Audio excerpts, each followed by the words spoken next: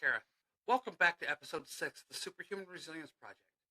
March is a powerful month, a month where the world pauses, even briefly, to honor the strength, courage, and the brilliance of women everywhere. A month where we celebrate the ones who lead, the ones who lift, the ones who rebuild, and the ones who rise. Not because life made it easy, but because something inside them refused to stay small. This year, that celebration reaches all the way to the slopes of Mount Kilimanjaro. International Women's Month isn't just a date on a calendar. It's a reminder. A reminder that women have always climbed mountains, barriers, expectations, the weight of other people's stories. Women have always carried more than the world realized and risen higher than the world predicted. So today, in this episode, we're going above the clouds, literally and metaphorically, because somewhere in Tanzania, right now, a team of women just started to take on one of the greatest physical and mental challenges on earth.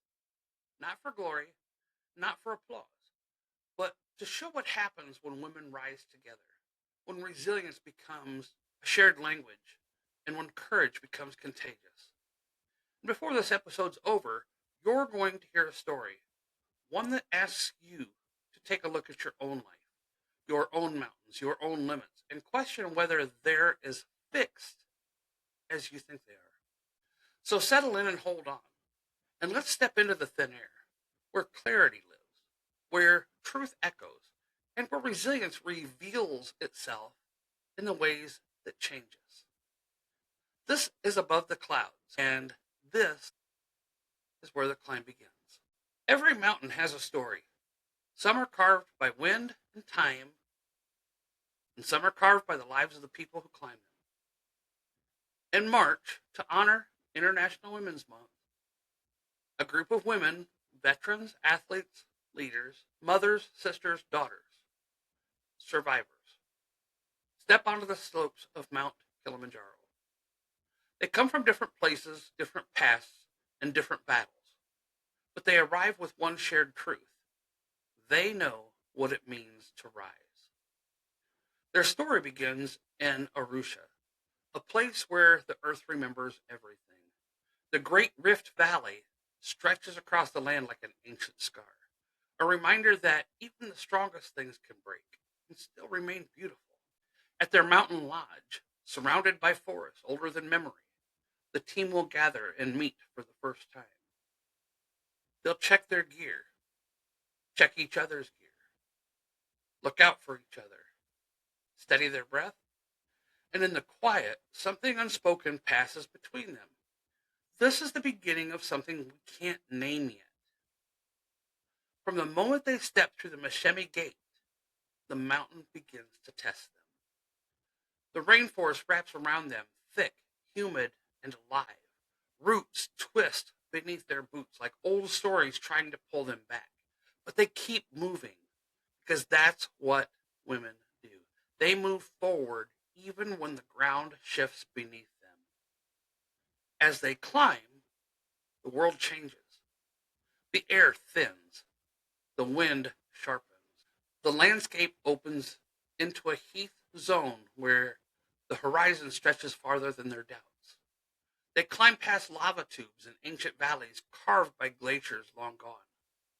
They climb through silence, through laughter, through the kind of conversations that only happen when you're miles above the life you left behind. Then comes the Barranco Wall, the towering sheet of rock that demands courage from every muscle and every memory. Hands grip stone, hearts pound, and step by step they rise together. Not one woman left behind. Not one woman climbing alone. By the time they reach Barafu camp, the world feels different. The air is thin enough to make every breath a decision.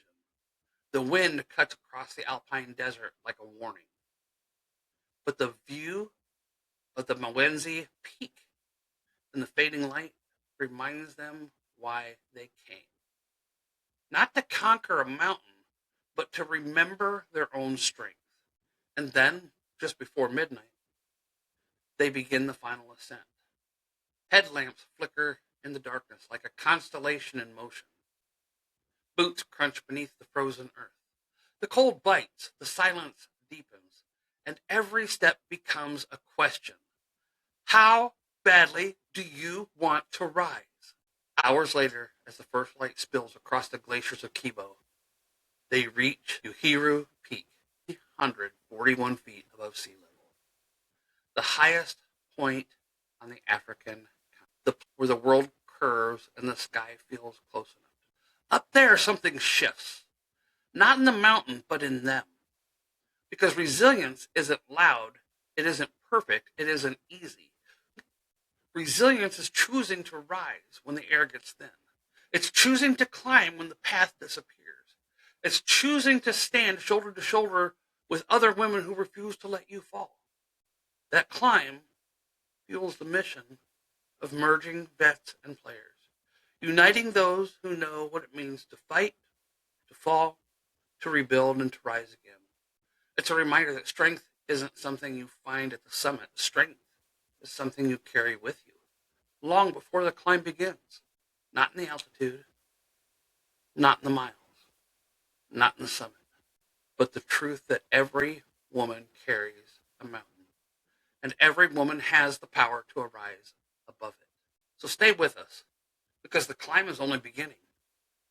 And the real story, the one that will stay with you long after this episode ends, is still unfolding. So let me tell you where the story goes next. Because while they climb, something else is happening. Something quieter. Something you can't see on a map or measure in feet. A second mountain is rising. Not of rock or ice, but of every person who hears this story and suddenly realizes, maybe I've been living at the base of my own mountain for too long. Maybe you've been standing at the trailhead of a conversation you've been afraid of to have, a dream that you've buried, a boundary you've never set, a truth you swallowed because someone once told you it was better left alone. Maybe your mountain isn't in Tanzania. Maybe it's in your living room, your workplace, your past, your reflection. And here's the part we don't talk about enough. Most people never climb there. Not because they can't, but because they've rehearsed the wrong story for so long that it feels like the truth. This week, my friend and warrior sister, Beth, is on that climb. Before we go any further, you need to understand who Beth is. Not as a headline, not as a miracle story, but as a force of nature in human form. Beth is one of the baddest Marines walking this earth on two prosthetic legs. And I don't say that lightly. I say it with the full weight of knowing her, watching her, and being changed by her. She raised her right hand on October 1st, 1995, and stepped into the United States Marine Corps with the kind of fire you can't teach. From day one at Paris Island, she stood out. Fire team leader, platoon guide, the Marine everyone else watched to see what right looked like. She did her advanced training at Fort McClellan, Alabama, where she went through military police school. She earned a place on the All-Marine softball team, not because it was easy, but because excellence was simply her baseline. And when her active duty service ended in 1999, she didn't hang up her sense of duty. She carried it forward, overseas, working as a training sergeant and unit armorer for the Department of the Army. Later, she took a role as a security supervisor for Airbus in Mobile, Alabama. Beth has always been the person you want in the room when things go sideways. And then came September 1st, 2015. On her way to work, riding her motorcycle, Beth was struck by another vehicle. In an instant, her life was torn open. The injuries were catastrophic. The kind that take away more than bone and muscle. They take away pieces of the life you thought that you were building. They take away people, too. Friends who once stood beside her slowly faded away, unable or unwilling to face the new reality of who she was becoming. But lying there on the pavement, broken and bleeding, Beth made a promise. She told God that if he let her live, if he let her stay long enough to raise her son, she would live the rest of her life fully and boldly and with him leading the way. And she's kept that promise. Beth didn't just survive. She rose. She rebuilt. She redefined what strength really looks like. She became a living, breathing reminder that resilience is not the absence of pain. It's the decision to keep moving forward through it. Her injuries didn't just challenge her body. They challenged her spirit. They forced her to confront the kind of loneliness that comes when people don't know how to show up for you anymore. But here's the thing about Beth. She refused to let that be the end of her story. Even now, years later, she still battles physical pain, the emotional weight, and the moments where life feels heavier than it should. This is not the life she had planned, but this is the life she is choosing to live with courage, humor, grit, and the kind of boldness that most people never touch. And that's what amazes me most. Beth is not defined by what happened to her. She's defined by what she decided to do next. She is a Marine. She is a mother. She is a survivor. She is a testament to what the human spirit can endure and what it can become. And as you hear the rest of her story, I want you to hold one truth close. People like Beth don't just inspire us. They call us higher. They show us what's possible. They remind us the story isn't over unless we decide it is. And this week, as she takes step after step on prosthetic legs, legs that have carried her through hell and back, she is rewriting her story in real time. And whether you know it or not, she's giving you permission to rewrite yours. Because resilience isn't a personality trait. It isn't something you are either born with or without. It is a choice. It is a practice. A decision you make in the dark when no one is watching, when the air is thin and the excuses are loud. Resilience is the moment you stop asking, why me, and start asking, what now? It's the moment you stop waiting for the world to hand you permission and you start handing it to yourself. Let's take a closer look at what Kilimanjaro teaches each and every single person who steps onto its slopes. You see, the mountain doesn't care who you used to be. It only responds to who you decide to be next. So while she climbs through the rainforest and cloud, through the wind and the altitude, through pain and purpose, I want you to picture her, not as a symbol, but as a mirror. Because the question isn't whether she'll reach the summit. The question is what her climb is summoning in you. What part of you is waking up? What part of you is whispering, if she can rise, maybe I can too? What part of you is tired of living small? Tired of carrying the old story? Tired of pretending you don't feel the pull of your own mountain? She's climbing Kilimanjaro on prosthetic legs. You are listening with a beating heart and a life that is not finished yet.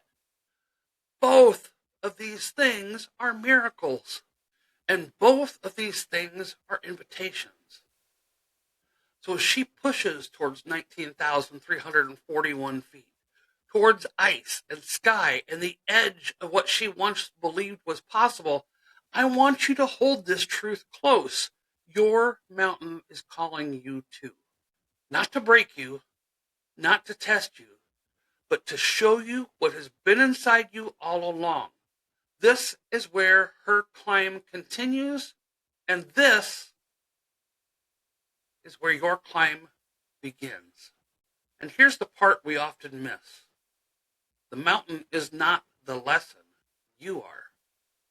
Because every step she takes up that slope is a reminder of what resilience actually looks like in motion. Not the polished version that we post online, not the tidy version we tell in hindsight, but the real thing.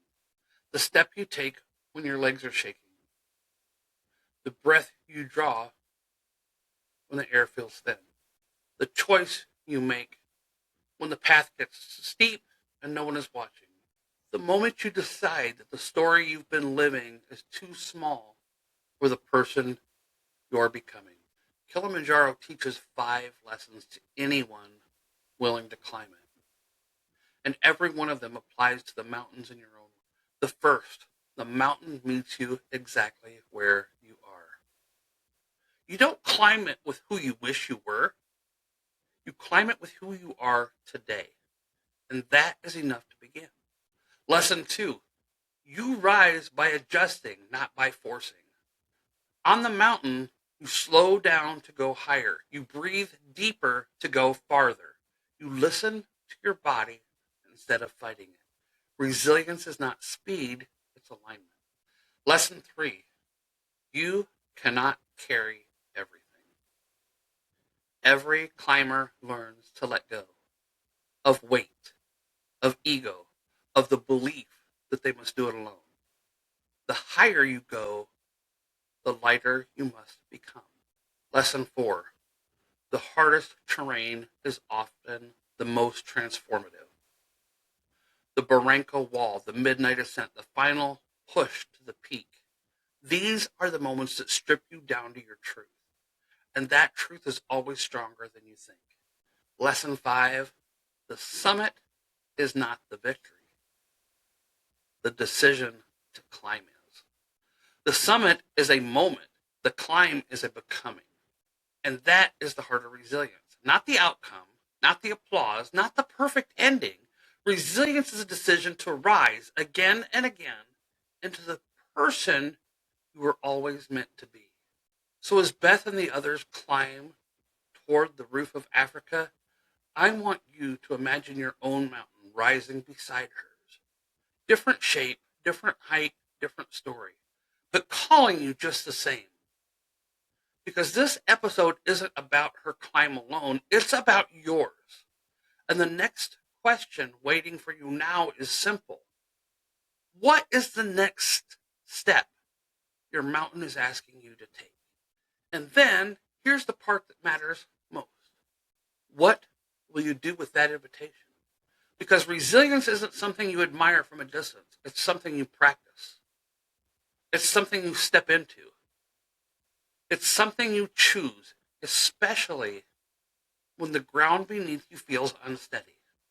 Every mountain, literal or metaphorical, offers the same 3 choices. Turn back, stand still, or take one step forward. And the truth is, the step doesn't have to be a big one. It doesn't have to be dramatic. It doesn't have to be perfect. It just has to be yours.